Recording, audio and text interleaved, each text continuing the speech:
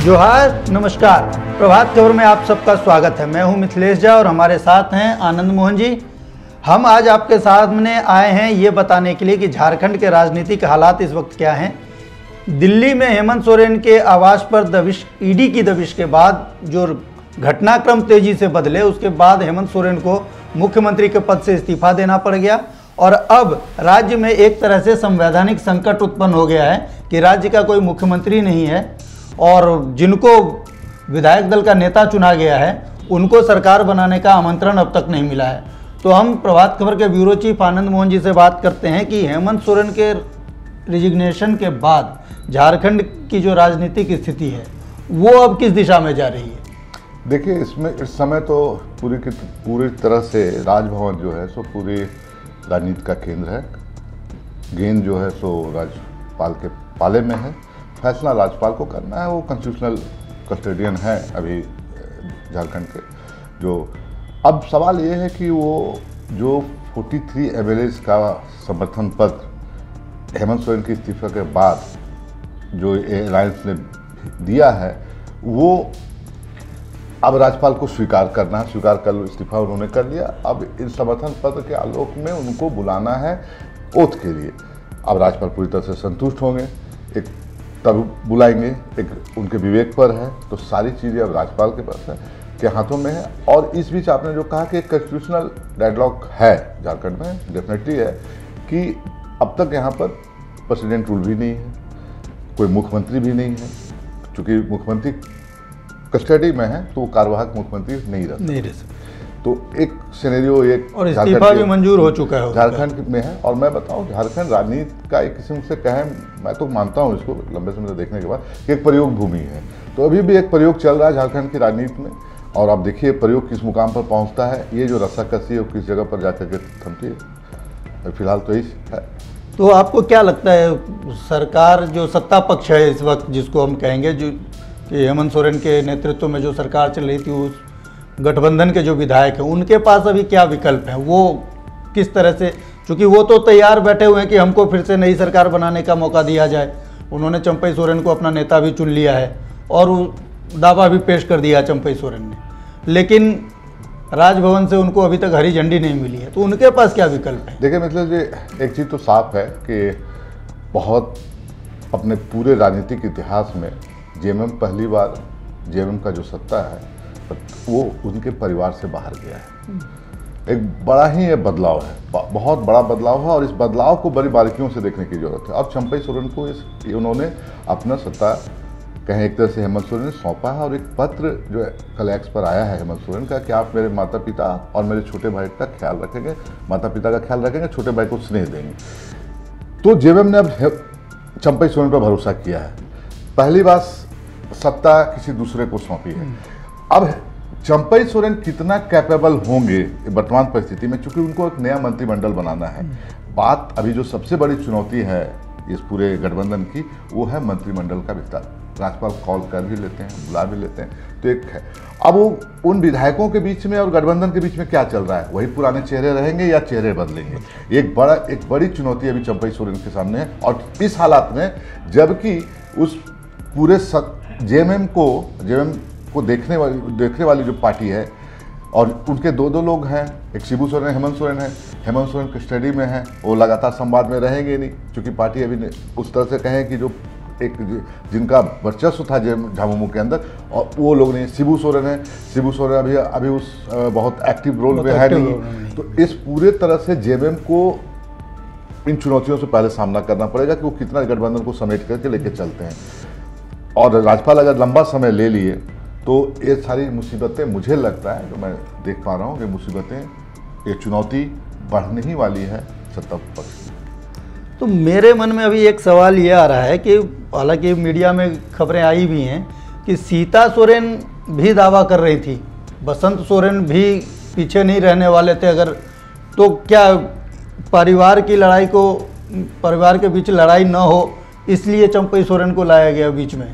देखिए, एक तो आप इसको दूसरे रूप में भी देख सकते हैं कि कल्पना सोरेन का नाम बड़ा तेजी से उछला था और ये कयास और उसको मजबूती मिली। जिस दिन कल्पना सोरेन बैठक में आई तो पत्रकार तो संकेत पर ही समझते हैं कि राजनीति में क्या संकेत चल रहा है, तो वो संकेत था, लेकिन बड़ा ही उलट फेर किया है हेमंत सोरेन ने और बड़ा ही एक टैक्टिकल लाइन लिया और ये कोशिश की बताने की कि ये पार्टी परिवार से बाहर भी जा सकती है। और अब ये विवाद शांत करने के लिए पार्टी की थी या ये कोई राजनीतिक बड़ा कदम फैसला था, ये दोनों चीज़ें उसको अभी तत्कालिक रूप से नहीं कहा जा सकता। हाँ, लेकिन सीधा सोरेन ने वो बात जब कल्पना सोरेन की बाहर आई कि कल्पना सोरेन संभाल सकती है नेतृत्व, तो सीता सोरेन ने अपना विरोध दर्ज करा दिया, जो सोशल मीडिया में बहुत तेज़ी से वायरल था।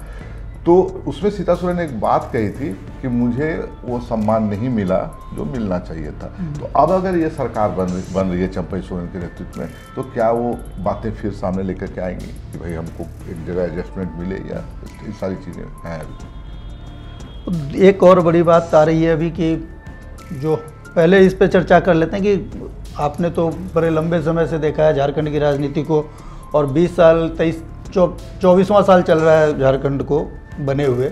इस दौरान बहुत से राजनीतिक संकट आए और सबके आप लोग साक्षी रहे हैं। तो ऐसे में गवर्नर के पास क्या क्या विकल्प हैं, वो क्या क्या कर सकते हैं अभी? गवर्नर के पास तो सिंपली दो विकल्प हैं, या तो एक सत्ता पक्ष को आप जो उनका स्ट्रेंथ है, जो आपको समर्थन पत्र दिया, आप उसे संतुष्ट है तो बुला लीजिए, एक शपथ करा दीजिए, वो एक है। और आपको लगता है कि इस बीच में अगर राष्ट्रपति शासन की स्थितियां हैं तो आप राष्ट्रपति शासन लगा कर सकते हैं, आप राज्यपाल वेट कर सकते हैं, इंतजार कर सकते हैं, वो संतुष्ट हो सकता है, सारा कुछ उनके विवेक पर है। एक चीज़ जो राज्यपाल के पास जो अधिकार है और एक परंपरा है, दो चीज़ों से चलती है। आपने देखा होगा कि 12 बजे रात भी झारखंड में शपथ ग्रहण समारोह हुए हैं, बाबूलाल जी का हुआ है, महाराष्ट्र में हुआ। तो ये क्या है, ये तो पूरी तरह से विवेक है, कोई रूल तो बोलता नहीं है, वो संतुष्ट होते हैं, बुला लेते हैं। नीतीश कुमार को इस्तीफा दिया और नीतीश कुमार को उन्होंने बुला लिया। तो अब झारखंड के राज्यपाल क्या सोच रहे हैं, तो उनके पास विकल्प तो दो ही है ना, या तो आप राष्ट्रपति शासन लगाएं, या तो अनुशंसा करें केंद्र को, या तो फिर आप शपथ के लिए इनको बुलाएं। तो राज्यपाल के पास तो, लेकिन मामला ये है कि पूरी की पूरी जो गेंद है ना, पूरी की पूरी जो अभी होना है झारखंड में, वो राज्यपाल के को ही तय करना है। इस बीच चर्चा ये भी है कि जो सत्ता पक्ष के विधायक हैं वो हैदराबाद जाने की तैयारी कर रहे हैं, चार्टर फ्लाइट रेडी है। सूचना आपकी जिस समय अभी हम लोग बैठे हैं उसमें पुष्ट है, इसमें कोई शक नहीं है कि वो जा रहे हैं।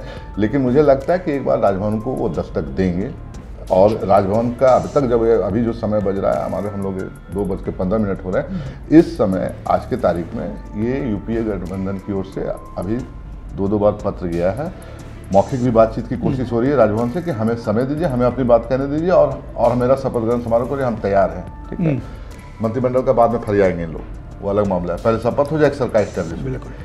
दूसरी, अब अगर ये नहीं होता है तो क्या है कि अब इनको ये लग रहा है कि झारखंड जो है सो अब हमारे जो राजनीतिक पना है उसके लिए सेफ नहीं हो सकता है। तो ये उस ठिकाने की तलाश करेंगे जहाँ सुरक्षित रह सके अपने आप को, जहाँ से विधायकों का इधर उधर उठा पटक ना हो। यानी आप ये कह रहे हैं कि अब जो है विधायकों के तोड़फोड़ का दौर शुरू हो सकता है। स्वाभाविक तौर पर देखिए, राजनीति में ना यहाँ पर तो कोई ऐसा है नहीं ना कि कोई एकदम पूरा एकदम निष्ठा से आया। आप इस पर क्या है, आप खुद उनके ही के बीच में बैठे हुए लोग समझ रहे होंगे कौन किधर है। बिल्कुल। वो तो अब उसके लिए इन लोग हैदराबाद जाने की तैयारी कर रहे हैं। हैदराबाद में 5 बजे का समय है चार्टर का, वो जो अभी सूचना है हम लोगों के पास। और इस बीच अगर बुला लेते हैं राज्यपाल तो खुशी खुशी वहाँ जाएंगे, उसके बाद तो सरकार बनेगी और फिर सारी चीज़ें क्लियर ही हो जाएंगी। तो आप लोगों ने अभी समझा चीज़ों को कि अभी झारखंड की स्थिति क्या है और झारखंड अब किस दिशा में जा सकता है। विधायकों को अगर बुला लिया गया शपथ ग्रहण के लिए चंपई सोरेन को, तो झारखंड में नई सरकार बनेगी। राज्यपाल को अगर लगेगा कि राष्ट्रपति शासन लगा देना चाहिए तो अगले आदेश तक राष्ट्रपति शासन लगेगा। लेकिन अभी क्या होने जा रहा है इसके बारे में हम लोगों को कुछ आधिकारिक जानकारी नहीं है। लेकिन हैदराबाद जाने की लेकिन एक चीज़, यही चीज़ तय है कि जो विधायक हैं वो हैदराबाद जा रहे हैं। इसके पहले भी हम लोगों ने देखा है रिसोर्ट पॉलिटिक्स, कई बार इसके पहले कई बार झारखंड में अपनी इसी सरकार में, हेमंत सोरेन के सरकार में लगा कि सारे विधायक जाएंगे। एक बार छत्तीसगढ़ गए थे, एक बार तो खूंटी से घूम के चले आए थे। तो ये स्थिति अभी अब किस तरफ उठकर राजनीति भ्रमणशील है झारखंड, राजनीति भ्रमणशील है। और ये हैदराबाद शिफ्ट हो रही है आज, होने के पुख्ता संकेत हैं, क्योंकि प्लेन तैयार है और हैदराबाद में भी पूरी तैयारी है। उनको कहाँ ठहराना है, क्या व्यवस्था करनी है उनकी, उसकी तैयारी वहाँ पे चल रही है। तो अब देखना ये है कि ये वहाँ जाते हैं और वहाँ से कब लौटते हैं, या फिर राज्यपाल इनको वहाँ जाने के पहले ही सरकार बनाने का न्योता देते हैं। हम आपको झारखंड की इस राजनीति की हर पल पल की अपडेट आपको देते रहेंगे। इसके लिए आप बने रहिए, प्रभातखबर.com देखते रहिए, प्रभात खबर पढ़ते रहिए और हमारे सोशल मीडिया साइट्स पर भी आप बने रहें। यूट्यूब पे हम वीडियो के जरिए आपको ये सारी सूचनाएं लगातार आपको अपडेट करते रहेंगे। तब तक के लिए हम दोनों को दीजिए इजाज़त। नमस्कार, जोहार। प्रभातखबर.com, विश्वास वही, रफ्तार नहीं।